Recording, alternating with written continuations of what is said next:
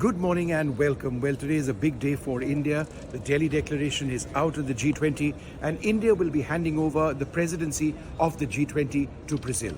It's a time for us to go through some of the key points which have been achieved at G20 this year. Firstly, the G20, and this is the broader picture, will work towards stronger, sustainable, balanced and inclusive growth. I think this is important to remember because at the end of the day, the G20 is an economic grouping. Secondly, we will ensure that no one is left behind. That is something that finds place in the Delhi Declaration. Why is that important? Because inclusion in the truest sense of the word is something that the G20 aspires for.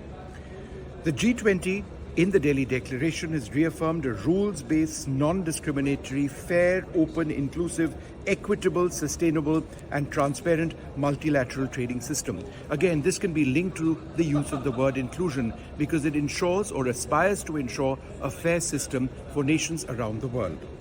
The G20 will work with the private sector to create inclusive, sustainable and resilient global value chains. There is a great recognition of the role of private organizations in making the world's economy vibrant, and the Delhi Declaration finds mention of that as well.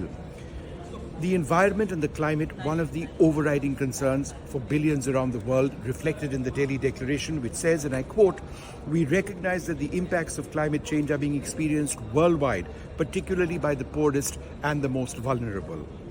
The G20 will therefore help developing countries access low-cost financing. And this low-cost financing can be used for a variety of purposes, not least of all for procuring climate tech, which is essential in cutting down on carbon emissions and meets the requirements of several poorer nations within the broader G20 grouping.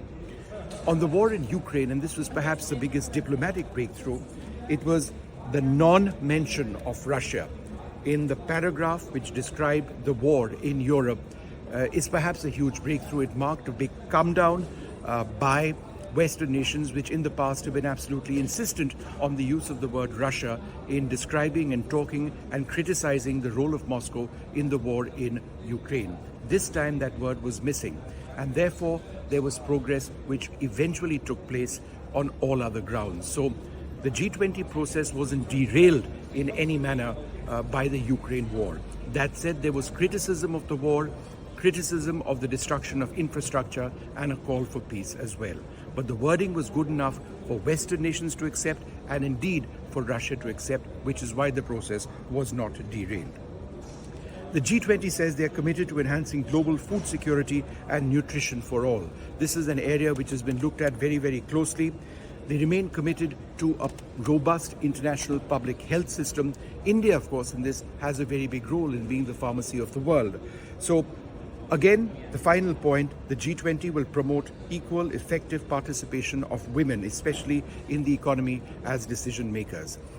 The issue of empowerment of women, one of the key issues, key concerns of India, is also something which has been reflected in G20 in terms of meeting the aspiring interests of women across the world, the important role of women in building resilient economies and in building democratic cultures and systems. This is something which India has championed. This is what the G20 is championing as well.